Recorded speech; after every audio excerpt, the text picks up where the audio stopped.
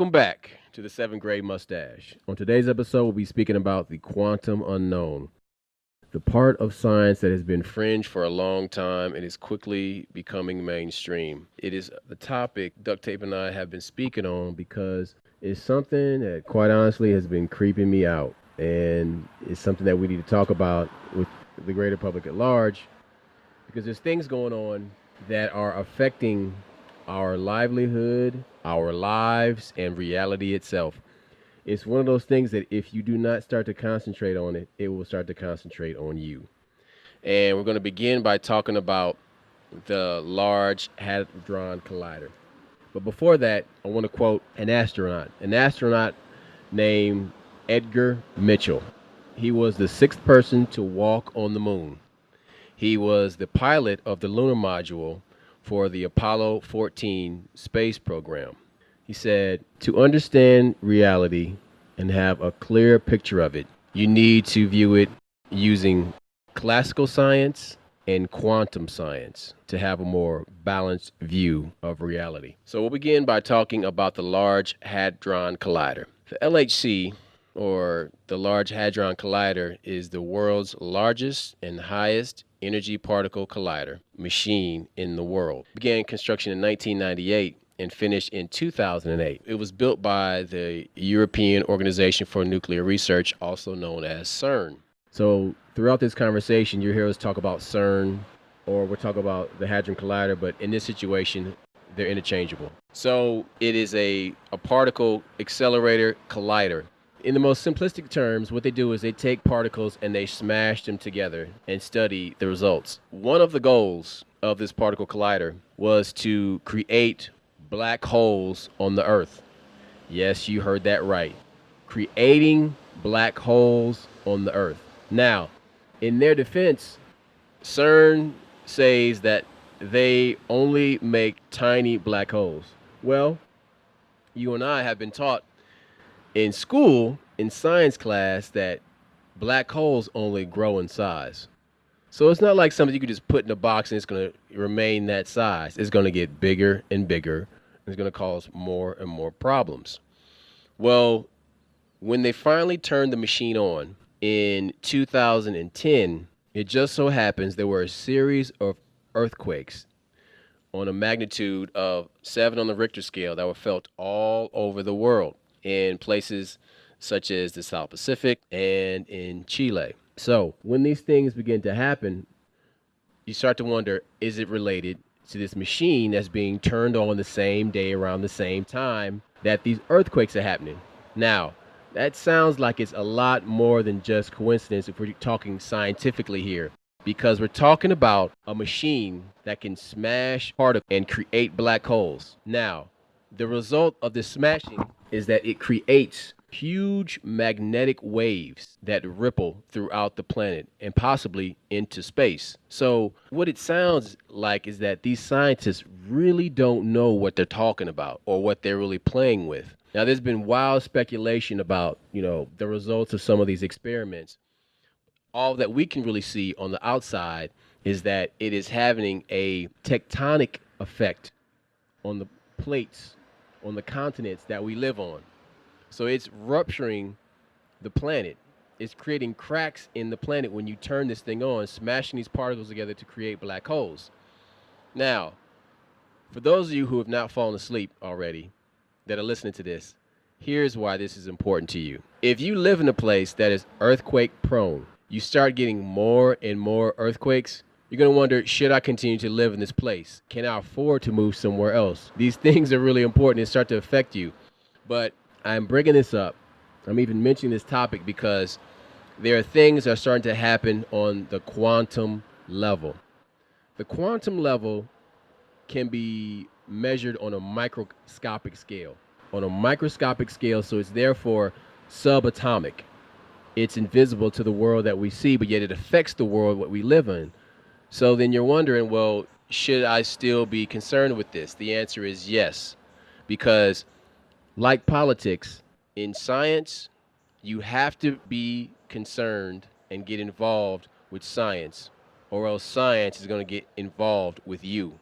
whenever you look at the periodic scale, you start learning this stuff in high school. There are certain elements that don't smashing these atoms, smashing these molecules into each other, and sometimes these different elements are the byproduct. Well, what we're saying is that we don't know for sure what the results are. There's a certain thing. You remember on Boondocks when they said that the absence of evidence isn't the evidence of absence. What that means is that these guys are doing experiments. They don't even have any idea what's going to happen. They know what they want to happen, but they have no idea what the results are and how wide ranging these results are. And what my brother is saying is that some of these earthquakes, some of these things that on these places that is not normal, could be a result of this collider, especially when they're saying that they're making mini black holes, or they say they have the ability to. So how do you know you have the ability to do something if you haven't done it yet? Now, don't get me wrong. Sometimes you have enough information, enough to educate a guest, know like, okay, cool, if this happens, this might happen. Or if we cause if we cause enough mass where it collapses on itself like the sun would do, we can do that on a smaller level. So are they saying they know they can do it, or are they saying they have done it? This is the question. And when you deal with this kind of stuff like this, where people have more money than brains and don't fully understand the ramification of their actions, there could be a huge thing that goes wrong, or we could be experiencing it right now. Like I said, go ahead and continue, my brother. What Okay. you were saying. So on April 28th, 2016, the machine was turned on again for a high intensity experiment. On that same day, at the same time that the machine was turned on, again, there was an earthquake on that registered at a 7 on the Richter scale. This earthquake was felt down in the South Pacific in the Vanuatu Islands, and it also devastated Italy. So here you have these collisions that are creating these massive magnetic waves. And so they're rippling from the source outward, possibly into infinity, but it was felt at these two extreme positions on the planet, in Italy and in the South Pacific. So, again, they're smashing these particles and it's creating earthquakes. Now, you have to only wonder, like, all right, this is the visible. These are visible results of what's happening invisibly, because you can't see the particles that they're smashing. They're invisible. But when they do smash them, things happen on the physical plane. So you're starting at a subatomic level, and then your results are being seen at the atomic, at the physical, and here in the world of mass. You're seeing all of that happening. So this is also causing problems in the time stream. Now, this is where it gets crazy. So, Hold it, Roscoe. Hold it, Roscoe. Before you make that point, let me give you guys an example. There's a technical term that we've been using it a lot in the media, but it's called entanglement. We're all laughing about it yeah, when it comes to Will and Jada, but the term entanglement, comes when from you have two physics. molecules, yes, very good. When these two molecules are so close together that they actually meet and say the electrons, they start circling each other, but then you bring them and say they're literally miles apart. Well, if that one electron starts going back the other way, the electron or the other molecule, even though it's miles away, will start circling the wrong way. What it means is that just because this experiment is taking place in New Mexico, someplace, does not mean that these molecules are not affecting molecules in other places of the planet that have entanglement. And we don't always understand this entanglement thing. There's another term, I can't think of what it is. Forgive me, but these are scientific terms that have to do with molecules. Just because our molecule is not in the same place or they're miles apart does not mean they don't have an entanglement to each other, because at one point in time they were connected. That's some deep shit, but you got to be careful with these experiments, because these people who are doing them don't know They have no if these clue. molecules, you have no clue if they were ever entangled with each other or if they were ever a part of each other. So go ahead. I'm sorry. So I'm glad you brought that up because I want to take quantum entanglement further. So, examples of quantum entanglement are when you are thinking about a person and that person calls you on the phone at that instant. That is an example of quantum entanglement. Another example of quantum entanglement is the concept of a butterfly's wings flapping on the coast of West Africa, causing hurricanes that move all the way halfway around the world to North America. Now, it sounds bananas, crazy, and bonkers, but the way that science is moving, these things that are hard to grasp and sound like lunacy are actually where science is going. Now, the funny thing is the fact that Jada Pinkett brought up entanglement and used it in such a loose term actually kind of made sense because she was having an affair, an extramarital affair with the guy that she was, entangled with. So there's somebody she's thinking about all the time and he's thinking about her. So actually, this pop culture example is a perfect case for quantum entanglement.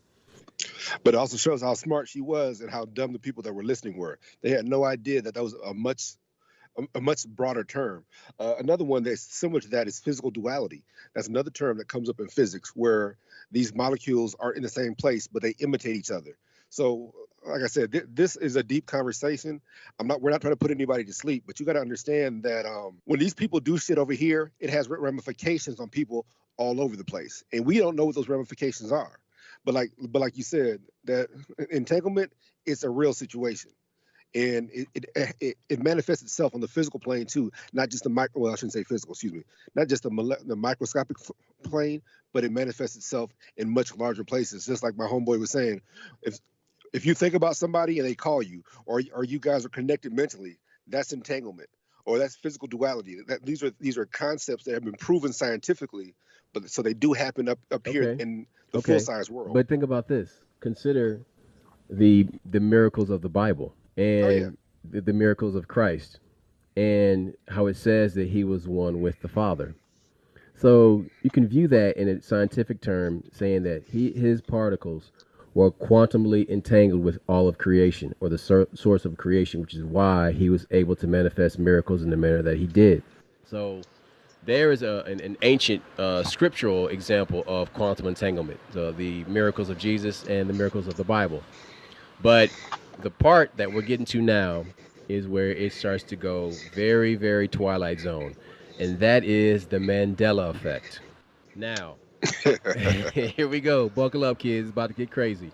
So, before the machine was turned on in 2010, life was pretty much predictable. You kind of knew what was going to happen from day to day. There was some old Illuminati stuff going on with some Boule Negroes, keeping all the other Negroes in check for them. And there was a plan and wars for oil. And, there was for everything was being fought over gods, guns, oil, drugs, and sex trafficking. Everything made sense until they turned that machine on. And then they turned Now, that now, machine now, on. hold on, Roscoe. They've been doing these experiments for years, so we're not just attributing him to one machine. Please don't think that this one machine. But this, but he, But but hold on, duct tape. What you got to understand is that there has never been a particle accelerator built to this scale. So yeah, yeah, no, no, I even understood. Yeah, if yeah. they did experiments, the effect was not as great. So and also Nikola Tesla had an earthquake machine. I was gonna go there. See, when you're talking about that, okay, Nikolai Tesla had a earthquake machine that he I think it was like the 1920s or 30s where this guy had challenged him to use it. So he hits a switch in his pocket and the whole building starts shaking. Now we knew Tesla was big on vibrations and things like that, how these things work together. So if you can imagine something that small. Can you imagine if somebody made a bigger machine out of that? And you got to remember when Tesla died, the government confiscated all his notes, all his experiments. They took everything. So that's also you got the Manhattan Project, which is the nuclear one, but what was it? What's the other one? The Philadelphia Project, where Philadelphia they put these experiment. two, yeah, Philadelphia experiment, where they took these big ass generators from Nikola Tesla's notes. They built these three generators. They put them on some ship, and the ship Aircraft disappears. carriers in So Philadelphia made them disappear. aircraft. I, I didn't think it was an aircraft carrier. I thought it was a battleship. I didn't think it was that. What doesn't make a difference. Bottom line is this: when they hit the switch, the ship disappears. Comes back 25 seconds later, and these men that were on the ship are fused with the ship. Fused They're with the in the ship. Tell them why. with Tell the them why, duct molecules. tape. Tell them why they were fused with the ship. They really don't know why, but they believe that these things went through time. They went back and forth in time simultaneously. When they came back, they were merged together. Now, there's a couple other stories that take place of the one guy that did survive. He had problems with his physical presence for the rest of his life, where he would fade in and out of reality and shit like that. Then they had these one guys. There's some bar someplace where these guys walk into the bar and they walk out the back door. But they were living people. They had the right uniforms on. So they said this Philadelphia experiment has been having ripples throughout time since it was done. So the idea that this shit is not a problem, the more recent, again, we could be wrong. We're putting two to two together. Maybe they have nothing to do with each other. But the fact is, Mandela Effect, what my brother's talking about, it goes back to roughly late 90s, early 2000s. There was a movie called Mandela that came on HBO back in the 80s. And so they're saying that in this movie, if you find a copy of VHS, Mandela dies. A lot of us people remember, didn't Mandela die in prison? Then all of a sudden, he's no longer dead, and he's a president of South Africa. And people are saying that is as an effect of these people tampering with time. That they went back and changed some shit, and they didn't realize they did that. So there's again, when I say these people, I don't know if they're the government, I don't know if they're scientists or what they are, but there is a train of thought that Mandela actually died in prison, and there was no other story. But then there's a train of thought where some kind of way these people will start tinkering with time and save them, change the entire narrative, and now Mandela is the president of South Africa, dies as the president, or dies short time later. Craziness. Now, whenever people say that's not possible, every once in a while you'll see something that's out of place that you like. Hey, I don't remember that show being that way when I was a kid, or I don't remember that person All right, house pause. being that color. Pause for a second. Pause for a second, because I got to interject something. So, my personal experience with the Mandela effect and Nelson Mandela goes back to 1989. I believe it was the summer of 1989. I was a little kid, and he got out of jail, and it was all over the news. It was on BET. It was on MTV. It was on CNN. It was on every single news channel. So that's how I remember Nelson Mandela, as like being a freedom fighter for black people in South Africa, and he was freed from jail. So I remember the news coverage. I remember the newspapers, everything. It was a huge, huge ordeal. And then I began to hear about people who heard about him dying. People that I knew personally, like duct tape. So I'm like, wait a minute, you and I occupy the same reality. How is it that you saw it one way and I see it another way? So then, fast forward, and there's other things from my childhood that start to like disappear or they're changing. For example, I'm a huge Star Wars fan, and there's a line in The Empire Strikes Back at the end of the movie where Luke Skywalker is fighting Darth Vader in Bespin Cloud City, and Luke Skywalker is hanging on this little like cliff or this piece of metal, and he's about to like fall off. He gets his hand cut off, and right after he gets his hand cut off, Darth Vader says to him, he says, join me. Luke Skywalker says, never, I'll never join you. Darth Vader then says this mind blowing line, which just killed every little kid when they heard this. He says, Luke, I am your father.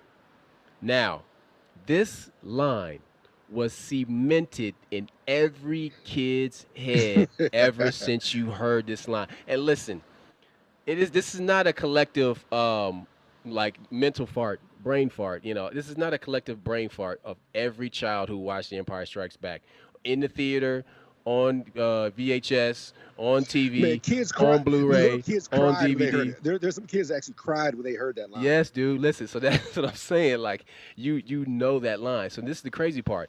When you go back and you watch it now, it says, "No, I am your father." But see, the crazy part is I remember hearing him say that. Now check this out.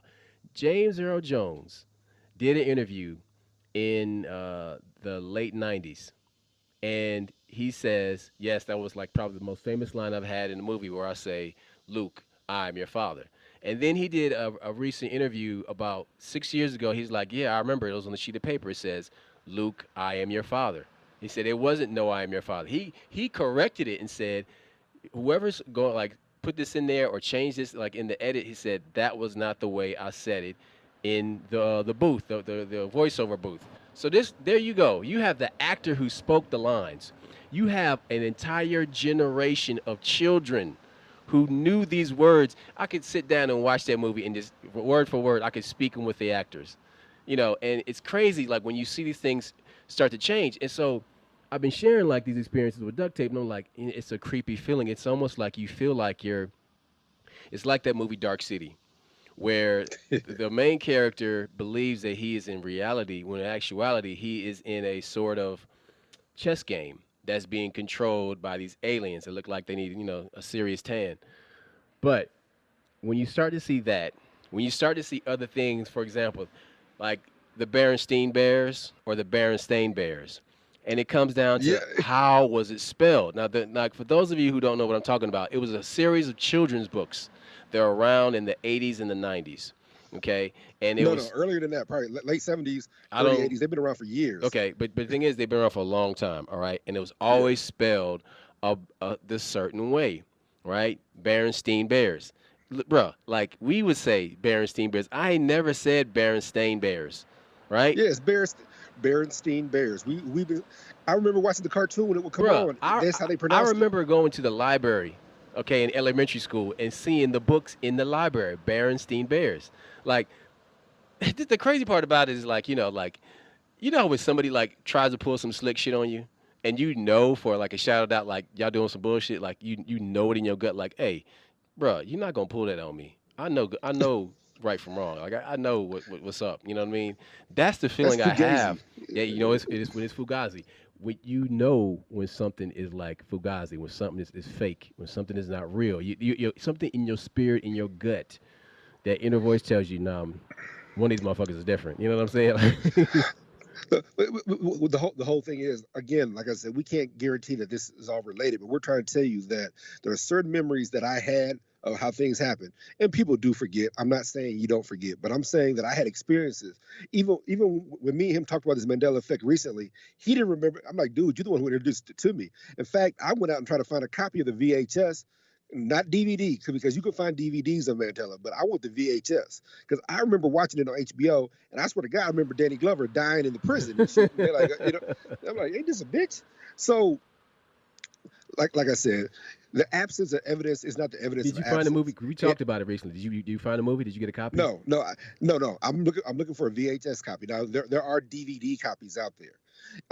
But again, this was a movie made for HBO. I'm looking for a VHS copy. So if one of y'all listen and y'all find a VHS copy, let's watch it. We'll all watch it online together and we'll see how it ends. But the point is this, that Somebody there's a is chance. fucking with the timeline, Yes, okay? And it's the somebody done side moved some effects shit. of fringe quantum technology that is causing ripples, just the same way that the CERN Hadron Collider is causing magnetic waves throughout the planet, throughout the tectonic plates.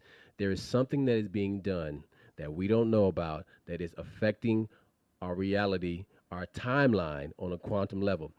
It's so crazy because like you and I have been friends our entire life, but there's things that you tell me and you say like, yeah, it happened this way, and I'm like, no, it didn't, and like my memory is pretty damn good, and you was like, no, and you will swear up and down like to the high gates of heaven, like, bro, it happened this way. I'm like, nah, bro, I can show you like it didn't happen that way, man. And what I'm trying to figure out is like, okay, if you and I occupy the same timeline, how is it this thing is causing a schism between your experience and my experience? And I'm like, all right, so if this is the case, am I the same me that I was to you from childhood, or am I like a split version? Like, where was a split between my old reality and your old reality? Yeah, when did this take place? But also, there's another thing that in physics is called. Let me make sure I said consciousness. Consciousness creates reality. Where there's a thing where this guy theorizes. I forgot his name. That time doesn't exist. Time exists in our own minds, and this is how we deal with the world around us. And that there's proof that these molecules and shit don't change, but it's just our perception of them. And the only reason we could touch anything is because our mind says we're touching it, not because our physical being is touching it. It's some deep shit, and that's the kind of thing this is the kind of thing that we're talking about right now. Like, okay, my consciousness dictates this to the universe in my reality, and your consciousness dictates something different. So it could just be our own power, our own mind doing this. But I'm trying to tell you, me and him occupied the same space for a long time, fucking up shit, going around shit, seeing shit, breaking shit, climbing on buildings. So, it's really difficult for us to have a different memory of the situation. Now we have a different perception of the situation. Like, hey, I was scared, you weren't. You know what I'm saying? That's your perception. But when it comes to the actual events, how they go down, That shouldn't be that different, especially if we, yeah, it shouldn't be that different for us. Okay. Let's use an example. All right, I'm not gonna name any names, but you remember that time that dude pulled out that gun? We were like probably like we were about 11, maybe 11, 12, and it was me, you, and a couple other dudes, and we were in the street and we were talking. This dude rolled up, he pulled out a 38, he pointed at one of us, and everybody took the fuck off. Do you remember that? I vaguely remember it because you brought it up before. Like, I don't remember going down like that, but I vaguely remember it. I mean, like, are you sure it was me? He's like, yeah, it was you. I'm like, damn, See, how do I miss that whole chunk? yeah, see, okay, so that experience is crystal clear to me, right? It is crystal clear. Like I can see everything down to like what everybody had on. You know what I'm saying? Like the clothes and stuff. Like I can, my memory is that vivid. I know what house we were standing in front of when the dude rolled up and pulled out the 38. Like I remember that like it was yesterday. Like I can go back into that moment right now. And I brought that up because like, okay, so that's a case of memory. So of course, people that are listening to this, they're skeptical. Say, oh, okay, well, maybe this entire thing is you can chalk it up to memory. No, see, the whole reason I just brought up the experience with the guy pulling the gun on us because that is an example of memory. All right, what I'm talking about is something that has millions of witnesses to reality incidents or events in time being a certain way, happening a certain way. And then there's other people that say, no, it didn't happen that way. This, no. See, that's the crazy part. It's like, it doesn't make sense. It doesn't track. For millions of people to have a clear, concrete memory of something. And then you have some other people who do not remember that at all or remember it being a completely different way. It's because we are being changed on a quantum level. And now that brings me to quantum computers. Now, quantum computers are unique in that they can do the most complex calculations millions of times faster than a regular computer can. So, what makes them different is their structure. Now, most computers use chips that are based on bits and coding and programming that's based on bits or syntax or programming that's based on binary. So, a quantum computer is based on qubits or quantum bits, so that in a regular computer, the code can be 0 or it's 1 with each bit. It can't be both. It has to be one or the other. It's binary. So with a quantum computer, it can be both at the same time. It can be a 0 with a 1 transposed over it. Now, this is kind of hard to grasp, but what's happening is that there you are accessing two different planes of dimensions where one is a 0 and one is a 1. The bit is a 1 or it's a 0. The qubit is a 1 and a 0 at the same time. So, this type of programming is very complex, but when you apply it, it can do the most complex of problem solving so many times faster than the human brain can or a computer can.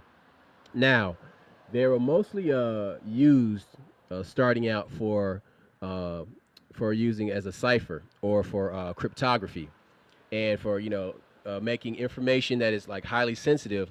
Um, it's cloaking it or creating like a shell around it of numbers, so that anybody attempting to crack that code would have in one. So as you can see, it is a very very complex subject. But the problem is that just like smokestacks, and just like nuclear reactors, the side effect of the industrial age, there is technology out there that is incredibly harmful to people that we don't see the harmful side effects right away. For example, all of the soot that was in the air from the smokestacks from the Industrial Revolution that killed a lot of people. As a matter of fact, it was so toxic at one time it killed 700 people in the streets of London. There is the problem with nuclear waste and how the meltdown of Fukushima has poisoned that entire area and sea life in the immediate area because it's spilled over into the Pacific Ocean. And we still don't know how far and wide ranging the effects of Fukushima are. But with the pollution of quantum computing or the quantum pollution caused by going back and forth between these dimensions, it is not known what the side effects are. It is not known what type of damage this is truly causing because you are accessing alternate dimensions back and forth, millions of times per second. You're opening doors between realities. So you have to understand that these people who design these computers, that write the code for these computers, that program these computers, they do not question the fact that there is a separate reality or multiple realities. It is a fact for them. It is hard science for them. So people, what you have to wrap your mind around is we live in a time where the government on July 24th of 2020 this year, they confirmed that they have recovered UFOs that are man-made. They have recovered UFOs that they know that are not from Earth. Ladies and gentlemen, they're telling you that UFOs are real, that aliens are real. That's the Pentagon saying that on July 24th in the New York Times of this year. Go and find it for yourself. You'll see that it's the truth. Now, I brought that up to say that the reality that you grew up in does not exist anymore. It's changing more and more rapidly. Just look at the year 2020. The year 2020 has been every major catastrophe in the past 20 years all rolled into the past 8 months. It has been crazy. But I say that to say that now we live in a time where UFOs and aliens are real and alternate realities are real. So we live in every sci-fi movie ever made. Every sci-fi movie that ever made is happening right now. Every action movie you can think of that you've seen is happening right now all at the same time. That's how crazy reality has become and is becoming. And so the side effect of quantum computers is unknown because you're opening doors into parallel dimensions. And it might bring back through some evil stuff. You don't even know, right? But here's the thing, the quantum effects of these computers and the quantum effects of the CERN Hadron Collider are relatively unknown, and it is wreaking havoc on our reality. Now, the thing is, they won't admit to it right away because they don't want to be shut down. And so that's how they skirt the law. It's like, well, of course, these things aren't real. These same people that told you for years and years that UFOs aren't real. Has anybody ever noticed how scientists never talk about consciousness? They are afraid to talk about consciousness. They'll talk about everything about the brain and the matter that makes up the brain and the thoughts and the this and the that and the third, but they will not talk to you about consciousness. That is, they won't tread into that swamp. They want nothing to do with that, but yet we're being pulled in that direction. That's because they can't measure it. Whenever you deal with something that can't be measured, people get well, certain people get uncomfortable because they it is a competition, and they got to be able to say, okay, you're more conscious than that person because you can't say that. You don't know who's intelligent, who's not intelligent. That's one. But I'll give you a prime example. And like I said, this is how we grew up.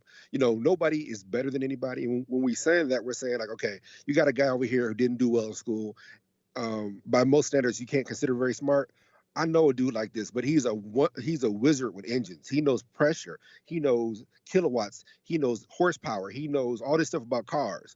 But if you ask him about the stock market and we discuss it, you're like, man, I ain't smart enough for that. You got to understand that people have areas of expertise. And so that's why when you start dealing with consciousness, your consciousness, it has certain areas of expertise or certain areas that your consciousness is different from somebody else's. You observe things differently, or you're aware of different things. So you can't measure consciousness. You can't quantitate that. So that's one thing when you deal with these scientists that they like, nah, he's dumb. Like, no, that guy's not dumb. His level of expertise is in a different area than yours. So you got to back off that. Like I know a guy who's dumb as hell, but he done slept with 1,000 women. He could pull any chick. I'm like, God, dude, that guy is a fucking idiot savant when it comes to pussy. But but when it comes to anything else, like, hey, bro, well, I didn't go to work. So you quit your job? I didn't quit. I just didn't go. I stopped going to one. His consciousness is different. But if he spots a woman or spots 3 or 4 women he wants, he can size them up like a fucking lion in the wildebeest, and he knows weak. He has he's an idiot savant. That is his specialty. That's his mutant ability. So like I said, when you deal with these scientists, it's hard to quantitate everything. Not everything can be put in a number form. But hey, I'm sorry, I digress. Go ahead, big dog. So again, these are terms that some of you may not be um, familiar with, but you have to familiarize with stuff. You have to learn about the stuff. You got to go look up and ask questions about these things because, I mean, listen, smartphones have made people stupid. All right. For example, you have people that will use a GPS to go to their mama's house. And I'm like, wait a minute, man. Hold on. Stop, stop, stop, stop. You don't know how to get to your mama's house? Well, she live across town. It doesn't matter. When you are driving to that location that you've been to many, many, many times, are you not conscious? Are you not paying attention? Look out your head. Look out through your eyes and record where you're going. Pay attention. Hey, do you ever challenge your GPS? I'm like, I have a GPS and it tells me if you go this way, it's 26 Yep. minutes, and if you go the other way, so I challenge it. I'm like, okay, let me see how fast I get there. So I'll set my stopwatch to see how fast I get there. Like, okay, I beat the GPS. Yeah, what's up now, motherfucker? All right, but hold up. But let me ask you something though. I gotta ask you this because I don't think I've ever asked you this question. Tell me something, man. As a grown ass man, you live on the north side still. Do you use GPS to go anywhere in the O that you have been millions of times? Oh hell no, no. Well, in fact, my city is set up real easy. Anybody who's from Omaha knows that It's a grid you city. got north. Omaha is like New Yeah, York City, okay? In the fact that it is a grid city. If you go to Manhattan, the island of Manhattan, you have number streets going one way, and then you have streets that are names or right go the other way. going the Yep. other way. And see, and therefore it is very easy to navigate. Now, a large chunk of Los Angeles is the same way. A large chunk of Chicago is the same way. Downtown Denver is like that. Miami, a big part of Miami is like that. When you live in a grid city, it's almost impossible to get lost. It really is. Like I said, numbers go one way, and the name streets go the other way. North and south, name streets, east and west, number streets, whatever. Something to that effect. So don't get me wrong, you can't find every single address. I'm not. Don't be so damn literal, but definitely, I'm like, okay, that's east of Ames. Okay, it's east of Ames. I know where it's at. That's north And of then, Dodge. and okay, to see, okay, see what you did there. See what you did there. Okay, all right. I'm so glad you did that because you knew that like Dodge Street divides south from north. You know that like okay, if any street that's on this side of Dodge is going to be north. North. Yeah. Any street on that side of Dodge is going to be south. Now, I got to ask myself like where did we learn that? What who was it that Oh, who it was my mom and your dad. I yes. remember my mom saying it first, and I remember your dad saying it. Like when we were looking for something, he said, "You don't know." And he was like, he had a way of making you feel stupid and smart at the same time because you learned something, but you was like, I can't believe I didn't know that already. Listen, my Um, pops was on some Zen type shit. Like straight up. Like he's like, how do you not know what you already know? Like what? yeah, he played a trick on you. It's like, what the? Yeah, I knew that. I think like I'm like Hong Kong Fooey, Jazz. All these characters had the same voice. It was Scatman Crothers. You remember like oh, damn, he exists on these different universes. Bruh. Little shit like You that. know it's He crazy. would fuck with you This on. has nothing to do with what we're talking about, but like they're talking about making a series based on his character in The Shining. Oh no shit. Bro, Oh wow. I Oh want to wow. see that shit right there. Like, yo, Oh wow. because like you can go into his past, right? You know what I'm saying? Say he was like a soldier in like World War II, or like, like he because it said his character's from Harlem, so he's imagine him being like in like Harlem, like in the '60s, with The Shining, bruh. That is a show universe Being able unto to see itself, shit. Oh, that'd be. And you could actually make a Black Twilight Zone just from that shit right there, just man. from that shit Like right there. what people don't get, like me and my brother, we do a lot of writing, and sometimes we actually write it down, sometimes we don't. Sometimes we communicate these ideas, and Like we wrote a script together one time in the parking lot at work. Like he lives in a different city. I live in one city. I called him in like 15 minutes. We wrote a script. It's called Deflowered. And like people don't understand like this. So when we talk about this entanglement, I'm not talking about nothing sexual. I'm talking about just No, because you no longer occupy the it's same a space, meeting of our the mind, minds. yeah, our minds still rotate in that same area, that same consciousness. Okay, And so so if you're a Star Trek fan, it's like the Vulcan mind meld without physical contact. without physical contact, yeah. It just because, and that's why whenever these people get so mad that I haven't seen my friend in a long time, or you ain't seen your relative in a long time, like one of my good close friends died, but every time it took us 15 seconds of a phone call or just being around each other, and we was on the same wavelength like that. It doesn't take long for you to reunite. And so when we tell you that time and space is is less literal and more is more mental, it's more of a concept that you have embedded in your mind than you think. Like space that does not hurt you the way you think it does. Time does not affect you the way you think it is. So that's why when we say that these guys may have tampered with the timeline, whether they knew it or not, or whether they tried to repair it and they fucked up. Like I remember this cup being red, but no, now that cup is green. That's because they couldn't put the shit back.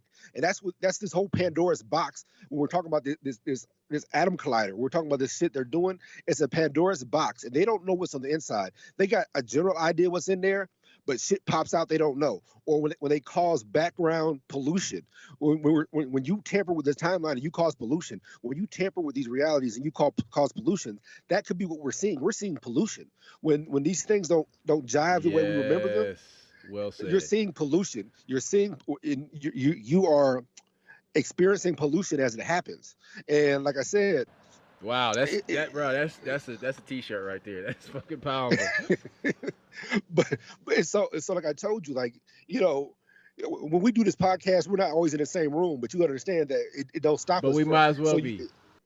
yeah, so space is not the boundary that we think it is, or we allow our minds to make it. And that's also why this shit is so important when these scientists are doing the shit they're doing. They're being irresponsible. And like I said, when you open Pandora's box, you can't necessarily put everything back in it. Remember, hope was left out. It depends on which story you take.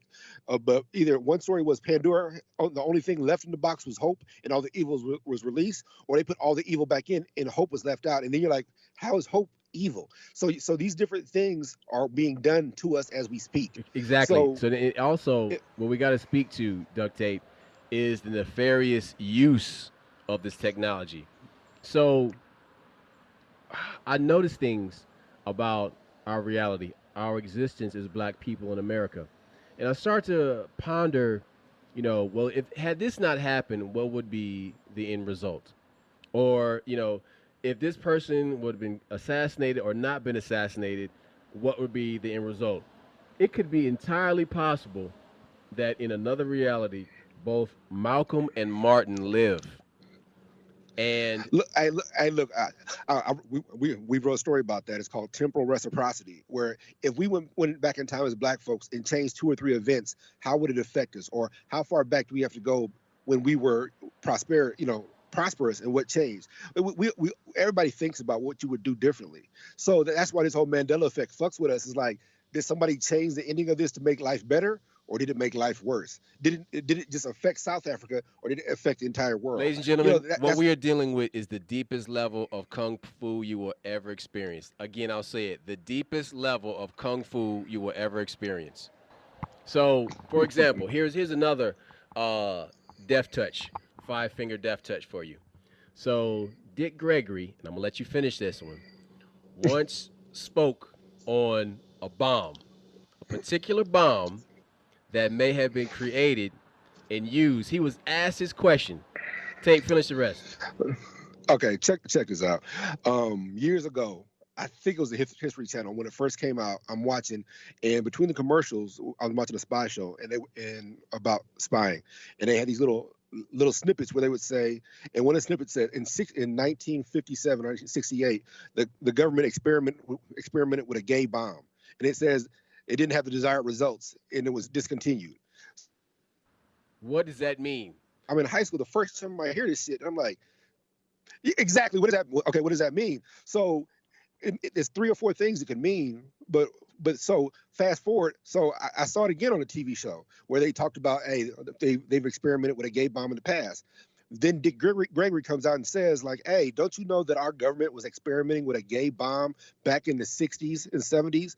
And so he goes like, so what happened with that? Do you think they just put that technology away, or what do you think happened? They Of course tried it, they didn't. it didn't work. They thought it didn't work the way they expected. Now the problem with this whole gay thing, it's not. I'm not saying gay is good or bad. What I'm saying is that if that bomb didn't work, if they tried that bomb on people during a military excursions, whatever you want to call it, and they dropped this bomb, and what they thought would happen was everybody would turn gay and just start fucking each other and stop fighting. Suppose that didn't happen. Suppose the gayness was temporary, or suppose people still kept fighting the way they did in the past. Then they were gay when they got back home. Or One of the things. or it happened. It exploded inside out, and instead of affecting the battlefield, it affected the public at large. There is Yeah, a tremendous number of people of that orientation nowadays. Now, hold on. I'm gonna say, wait. Again, I'm gonna say that look, the way you choose to live your life is on you, and your preference, what you like, is what you like. What I am saying, though, it is a possibility that something was done outside outside of your knowledge may have outside affected of you people's natural predilection to perception. choose one thing or the other to perhaps affect that. Now, no, no, Now, no, no, no, hold no. it. Now, hold on. Before you scofflaw and you get all like huffy puffy at what I'm saying, you have to consider these things because the world that we live in now is not the world you grew up in, and that you can take that however you want it. All right, I don't give a shit. Look, Hold on, wait. but look, So hold on, wait. So what I'm saying is that it is entirely possible that the natural evolution of time, of humanity, of space itself has been warped and been changed. Now, we have just cited several examples, but what if the sexual revolution was changed? because of that bomb. Hold on. Like suppose they dropped that bomb in California. They were experimenting, and the shit went nuts. And then all of a sudden, they realized that it didn't have. These people still went to their jobs every day. They still had the same political beliefs. The only difference is they started sleeping with each other. Now, like I said, if you again, I'm not saying it's real, but you can look up the gay bomb. That's a real thing. That means maybe they know what part of the brain to stimulate that causes homosexuality, or maybe they know what kind of hormones to release into the society that will cause you to want to have sex with the same sex. And again, what people get mad, I was born this way. I'm not saying you weren't. I'm not going there. I'm not saying it's a choice. I'm not going there. All I'm simply saying is that look, if you want to see how this affects people and affects organisms in reality. Look at I think it's Costa Rica. They had a big thing going on in Costa Rica where I guess they got crocodiles or alligators. I think they're caiman, whatever you want to call them. All of them are being born female. They couldn't figure out why they're dying off, and it's because they had a fish factory down the way that was just dumping its waste into the water, and it was affecting them, making them all female. Their chromosomes. So all this it was affecting them on a molecular level. Now, again, goes back to the dinosaurs as an example. They say that female dinosaurs are born between 45 degrees and 60 degrees, and males are born between 45 and they go down to 32 degrees. So if it's too cold, only males are being born. If it's too hot, only females are being born. So can you imagine a society like that where you had nothing but males and nothing but females? Eventually, it's going to die out. So I'm not saying it's good or bad, but I'm just citing references where this thing has happened on a physical level where this sexual thing has happened. And like I said, back to what I was saying, when I saw Dick Gregory said it, it reminded me of all this shit I saw. Like, man, I'm glad he saw it too, or he read about it too. And recently, there's a couple newscasts that you can find on YouTube that talk about the gay bomb, but they never tell you, did they actually use it? Where do they use it at? How do you know it doesn't work? How do you know people? And that's what you don't understand. That's the same thing going on with this quantum. So hold We on. So, don't so hang know. on. So hang on. So then, if people are saying they're born that way, then there has to be a gene or a chromosome that flips the preference in that direction. So maybe, perhaps, there is something in this bomb that caused something in the That first that had side effect. That had side the first effects. generation of people. Right? Hang on. So it affects the exposure level on the first generation of people, like radiation. The first level of people don't aren't really affected as bad, but it's the second generation that has the chromosome damage. So, like radiation, it's the second generation onward that is affected by the exposure. So that could be how that bomb works. I don't know. You're spitballing right now, but I'm Yeah, just saying.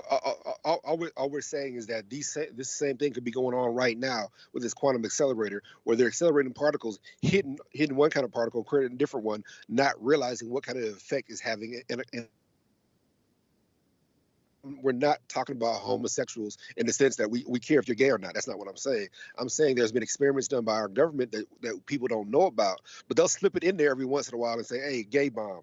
And I'm like, what the hell does that mean?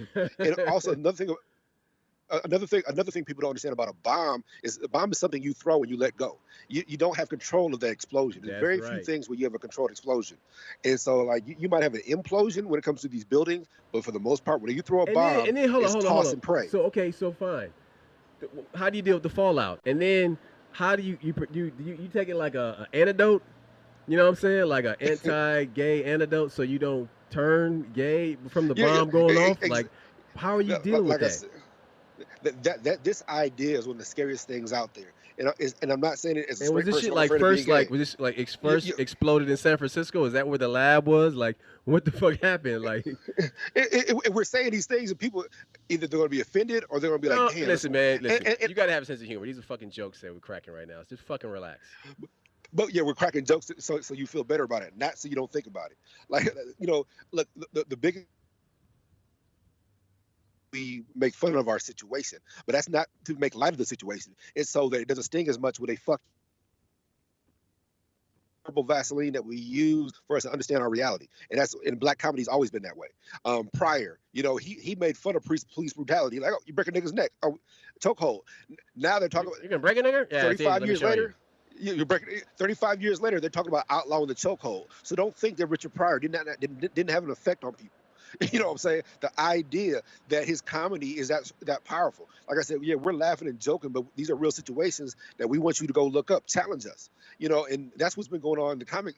People have been challenging us, and we try to come let you know, like, hey, we hear what you're saying, and we'll talk about that even more, or we'll expound on that even more. So this is the challenge to us, and we're not mad at anybody. We don't mean to hurt anybody's feelings. And if we a lot of times what happens, people don't listen to our whole broadcast.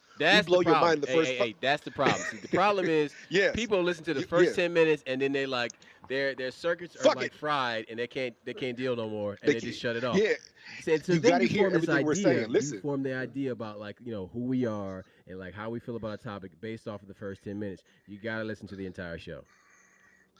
that's all we're saying.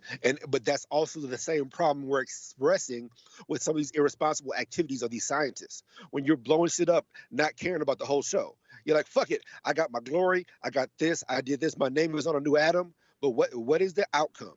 What is the long-term effects on the society as a whole? That's Okay, what this is about. that and okay. So Sorry. then that what I want to talk about now is that you know how do we rectify these situations? How do we combat these ripples in our reality? How do we hold on to the things that we need to hold on to, like our heritage, like our history, like the people that we care about? Like we're fighting something invisible. And But all hold this on, is done on an individual basis, though. If yes. you want to fix it, So you only can in the fix it on the African individual tradition, level. there is the griot, there is a storyteller, and the storyteller keeps the tradition going verbally. Now, so it's important that we fellowship and that we speak to one another and that we build together. See, because for us to be effective Afro chrononauts, or those who ain't black, listen to this chrononauts, we have to use our intention, we have to use goodwill, we have to fellowship, and we have to fight this invisible thing that is tearing apart the very nature of our reality. Look, there's nothing wrong with being pro-black, is what my brother's saying. Pro-black is not anti-white, anti-Indian, or anti-anything else. That's the whole issue. Is that when you say you're pro-black, no. What we're saying is that some of these stories that we need to keep to our own people and spread it through your children, spread it through your children's friends, spread it through your friends. And this fellowship is a way for you guys to talk about these ideas and see how you feel about it. Sometimes you don't really know how you feel about something. And just because you're a successful black person does not mean that you're alienated from everybody else. Because that's another thing that we do to ourselves. That if there's a black person who's too intelligent, or there's a black person that's too successful, or he don't know shit about us, or she don't know how we really feel. Well, then either you let her know, or you find out from their experience how we're supposed to do things. You know, here's something that I always use whenever black people try to tell me that the world's equal and this is just in your head. How many black billionaires are there in the world? There's like 7 or 8 black billionaires, right? Well, out of all the billionaires in the world, it's like what, 300, 400 billionaires? How many of them are gay? Probably 30, 40%, maybe 50% are gay. So you mean to tell me out of 400 billionaires in the whole world, you only got black?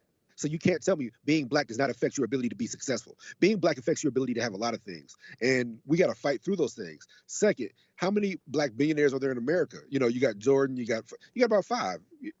So that doesn't add up out of 300, 400 million people. But then we do have, what, 36,000 black millionaires. So we all need to be trying to get on that millionaire level. And we can just by talking to each other, figuring out the niches in our community and serving our community the same way everybody else does. Find a niche. Everybody comes in Get our in community where you fit in and make the money. Yes. People come to our community to make money and leave. How come we don't make money in our own community? Because one, it's hard to get a loan as a black person. And you know, one of the misnomers, my degree is economics and finance. And one thing, I'm trying to start a couple businesses. The thing they tell you need a business plan. You need this, you need that. That's all bullshit. That is bullshit. You need to start a business. Straight bullshit. If you want a small business loan in this country, you must have 10%. So if you want a $50,000 loan, you need $5,000. If you want a $5 million loan, you need what? $500,000. You need 10%. If you got 10%, most banks will listen to you, and that's without a business plan. Now they might ask for your tax returns and shit like that, see if you can pay the motherfucker back, check your credit score or your company's credit score. But like I said, these are the lies that we're told, so we're afraid to even jump into that stream. And we are just as effective business people as anybody else.